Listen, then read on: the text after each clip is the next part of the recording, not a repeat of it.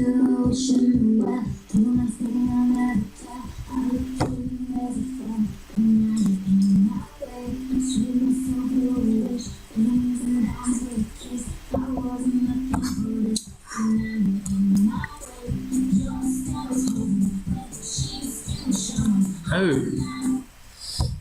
sorry guys, I was about to have my own personal dance party.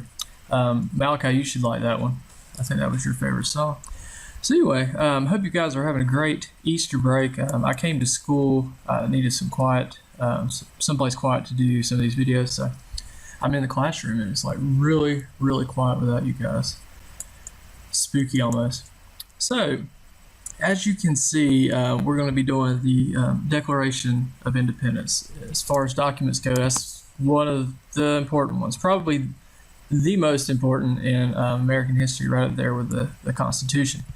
So you guys will have a handout that I'll give you Monday that looks just like this one. It has these three pictures, has the Declaration of Independence written down on there, or it's a little abridged. It gets kind of long, but we'll talk about that later.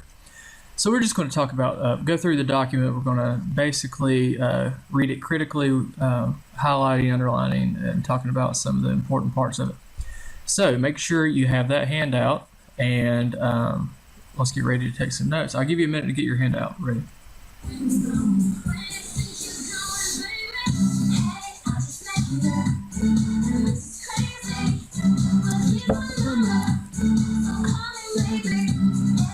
Okay, you should have it by now.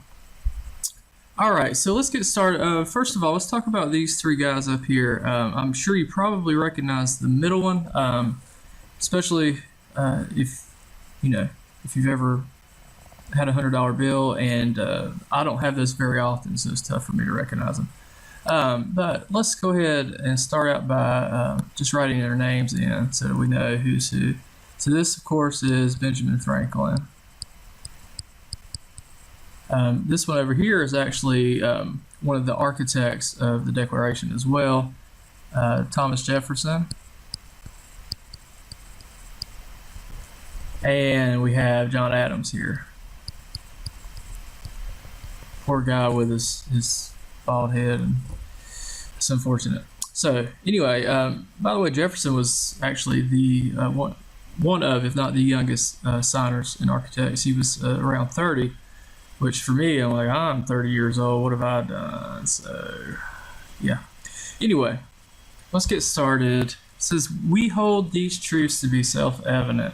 When it says we, of course, I'll put up a picture in just a second. You'll see all the guys that were there that were signing, and by the way, they were all guys, and they were all white guys that own land. So when they say we, more than likely it means we, the white landowners.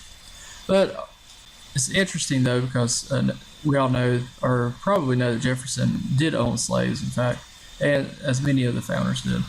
Anyway, we hold these truths to be self-evident, that all men are created equally. It says all men are created equal. Now, it doesn't say that all men are equal, because as we know, these, especially these three, they were pretty loaded at this time, or really wealthy. Let's see. So it didn't say that all men are equal, because at some point in life, stature, more money, you become unequal. Doesn't mean that you weren't created equally and didn't have the same chances, and are equally human and equally important. But at some point, we have the poor, we have the middle class, we have the wealthy. So there's a separation. But all men are created equally, that they are endowed by their Creator with certain unalienable rights. Okay, unalienable, we have discussed that before. These are rights that should not be taken away. That among these are life, liberty, and the pursuit of happiness. Okay, and we discussed John Locke earlier, and also I'm going to pop a link up to the video. What does John Locke say? So you guys take a minute to watch that again.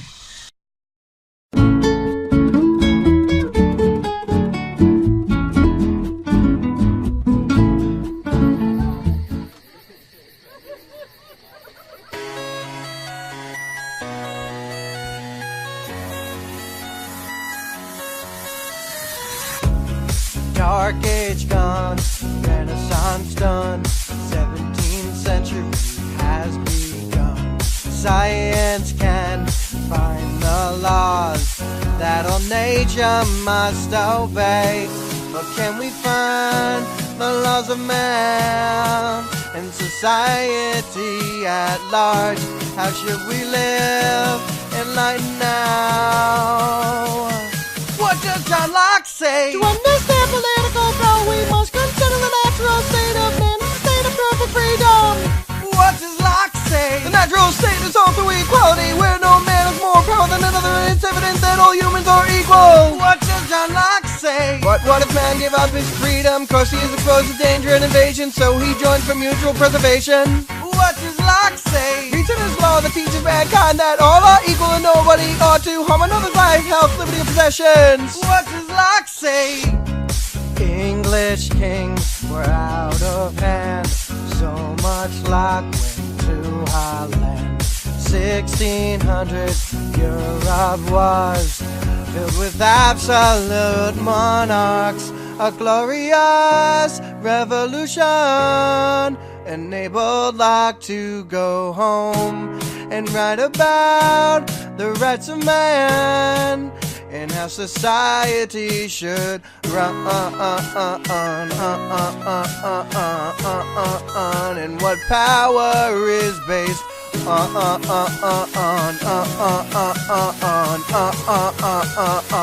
What does John Locke say? Power is given for protection and is used for other means. There presently becomes a tyranny. What does Locke say? If the kind of abuse continues, people should round themselves together and put the rule of man in hands. What else does Locke say? All ideas come from sensation. Let us propose the magic fee. White paper vote of all characters. What does Locke say?